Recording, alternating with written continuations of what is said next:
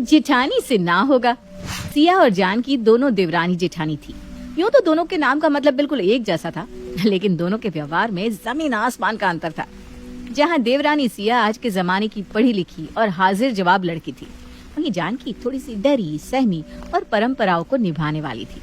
जानकी की इसी अच्छाई का सास कमला भरपूर फायदा उठाती थी और पूरे घर पर एक छत्र राज कर रही थी। घर के साथ साथ बहू जानकी की पूरी जिंदगी का कंट्रोल भी उसने अपने हाथ में ले रखा था। बड़ी बहू, मुन्ना के टिफिन के लिए आज आलू की सूखी सब्जी और पराठे बना देना। ठीक है माँ जी, जैसा आप कहें। मम्मी, मुझे आलू की सब्जी से पराठे नहीं खाने। मैंने आपको रात को ही कहा था मुझे आज टिफिन में सैंडविच ले जाना है। बेटा, दादी जो कह रही है ना, चुपचाप वही ले जाओ। क्यों सुबह सुबह तमाशा करवाना चाहती हो? मम्मी, मुझे एक दिन भी अपने पसंद का लंच नहीं मिल सकता। मुझे हमेशा दादी की पसंद का खाना ही क्यों ले जाना पड़ता है? मुन्ना की बातों का जानकी के पास कोई जवाब नहीं था। इस बार भी मेरे मैथ्स टेस्ट में नंबर कम आए। टीचर ने आपको स्कूल में बुलाया है। आज आप दोपहर में उनसे मिलने के लिए स्कूल जरूर आ जाना। ठीक है बेटा, मैं टीचर से मिल लूंगी, तुम स्कूल जाओ।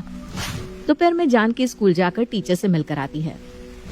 मुन्ना पढ़ाई में कमजोर होता जा रहा है। मुझे लगता है अब उसका ट्यूशन लगा ही देना चाहिए। अगर शुरू से ही उसका बेस कमजोर हो गया तो आगे चलकर उससे पढ़ाई में बहुत दिक्कत आएगी। अरे चुप कर तू, तीसरी क्लास में पढ़ता है अभी तेरा मुन्ना। अभी से उसे कोचिंग की लत लगाने की कोई जरूरत नहीं है। उसको बोल स्कूल में जो मैडम पढ़ाती है ना, उसे मन लगाकर पढ़ा करे।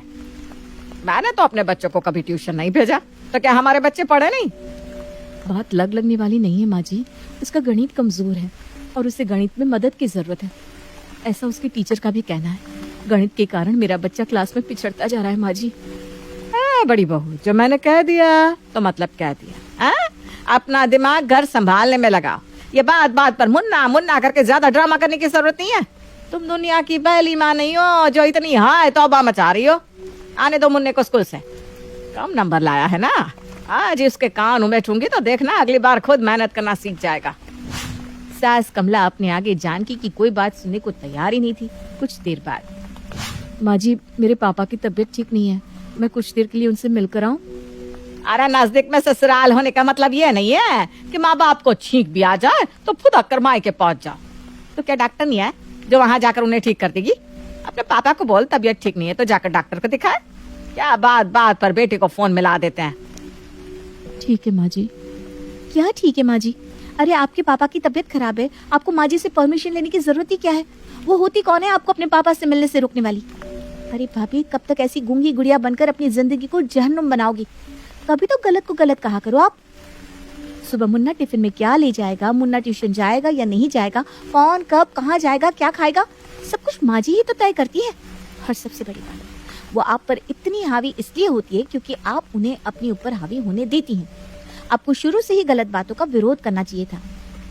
पता नहीं भाभी किस मिट्टी की बनी हो आप। देखो सिया, मेरे संस्कार मुझे माँ जी की बातों को काटने की इजाजत नहीं देते। अरे वो हमारे घर की बड़ी हैं, ऐसे कैसे मैं उनकी बात को गलत साबित करके अपनी चला सकती हूँ? अरे भाभी, बड़े और छोटे जैसी कोई बात ही नहीं होती। अगर कोई बड़ा गलत बात करे तो उसका विरोध करना बहुत जरूरी होता है। अगर माँ जी बड़ी हैं तो उन्हें बड़ों जैसा व्यवहार भी तो करना चाहिए ना, ताकि सभी लोग उनकी इज्जत कर सके। वो तो घर पर तानाशाही चला रही हैं। लेकिन मैं क्या करूँ, तुम ही बताओ। मैं उनके सामने जाती हूँ तो जैसे मेरी बोलती ही बंद हो जाती है। अब चिंता मत करो भाभी, सासू माँ को सही लाइन पर लाने के लिए अगर मुझे आपको ट्रेनिंग देनी पड़े तो मैं उससे भी पीछे नहीं हटूंगी।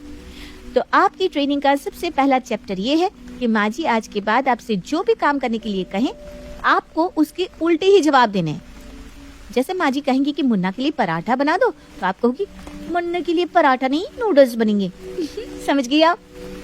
अरे हाँ, समझ गई। सिया जानकी को टिप्स दे रही थी, तभी उसे सास की कड़कती आवाज सुनाई देती है। जानकी बहू। जी माँ जी। सुनो, कल सुबह 4 बजे उठकर 8 लोगों का खाना तैयार कर देना। मैं अपनी सहेलियों के साथ गंगा नहाने जा रही हूँ। सबका खाना यहीं से तैयार होकर जाएगा, समझ गई? 8 लोगों का खाना माँ जी, वो भी सुबह 4 बजे? क्या कोई दिक्कत है क्या? नहीं तो माँ जी, मैं सोच रही थी 3 बजे ही उठ जाऊंगी। 8-10 लोगों का खाना बनाने में काफी समय भी तो लगेगा ना। वो तो देख ले, मेरी सहेली कह रही थी खाना बाहर खा लेंगे, लेकिन मैंने तो साफ मना कर दिया। अरे पूरा दिन घर में बैठी मक्खी आई तो मारती रहती। 8-10 लोगों का खाना बना दोगी तो क्या फर्क पड़ जाएगा? अरे भाभी, जब माँ जी आपको कह रही थी कि आप घर में बैठकर मक्खियां मारती हो, तो आपको बोलना चाहिए था ना कि पूरा दिन गधा मजदूरी करती हो आप, और उसके बदले में यही इनाम मिल रहा है आपको कि माँ जी अपनी सहेलियों के सामने हम लोगों की बदनामी करती है। मैंने आपको सिखाकर भेजा था कि आपको माँ जी को सब कामों के लिए हाँ नहीं बोलना, और आप वहां जाकर फिर से हाँ कहकर आ गई। 4 की जगह सुबह 3 बजे उठ जाओगी। हद है भाई। मैंने बताया तो था, माँ जी के सामने मेरी सिट्टी पिट्टी गुम हो जाती है। तुम्हें बताओ मैं क्या करूं। अरे जिठानी जी, आपसे ना हो पाएगा, आप तो रहने ही दो। एक बार कोशिश करके देखते हैं ना। ठीक है। अगर मैं आपको कागज पर लिख कर दे दूं और आप उसे अच्छी तरह याद कर लो तो कैसा रहेगा? हाँ, ये बहुत अच्छा आइडिया है।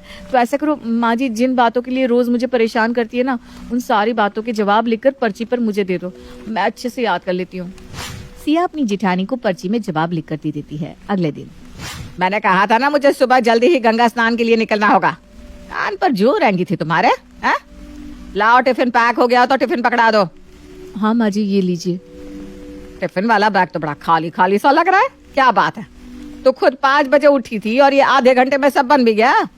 8 लोगों का खाना तूने बड़ी जल्दी बनाकर पैक कर दिया। 8 लोगों का नहीं है मम्मी जी, सिर्फ 2 लोगों का खाना है, आपका और पापा जी का। क्या? तो मेरी सहेलियां क्या वहां भूखी बैठी रहेंगी?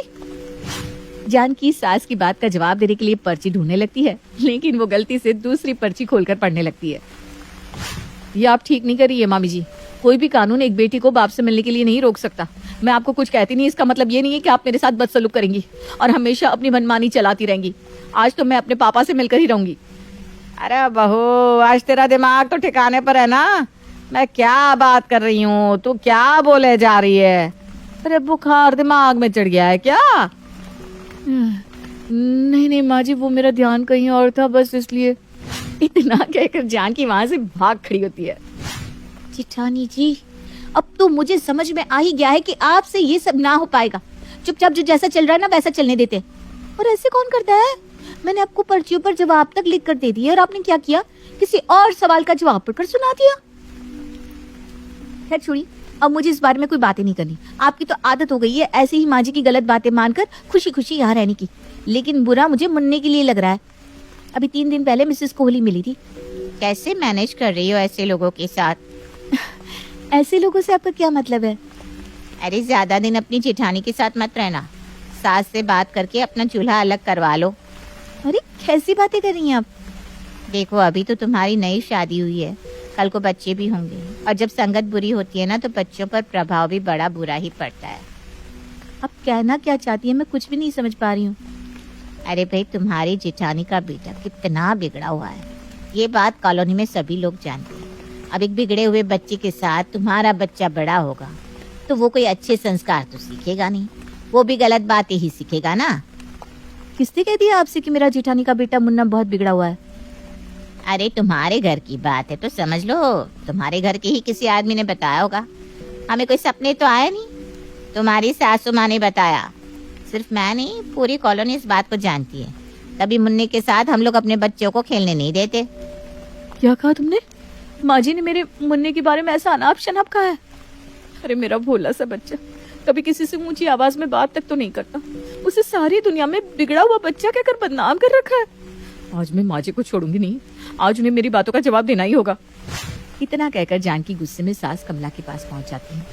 माँ जी, मेरा मुन्ना बिगड़ा हुआ है ना, तो आज आप बताइए आखिर क्या खराबी है मेरे मुन्ने में, जिसकी वजह से आपने सारी दुनिया में उसे बिगड़ा हुआ बच्चा कहकर बदनाम कर दिया है।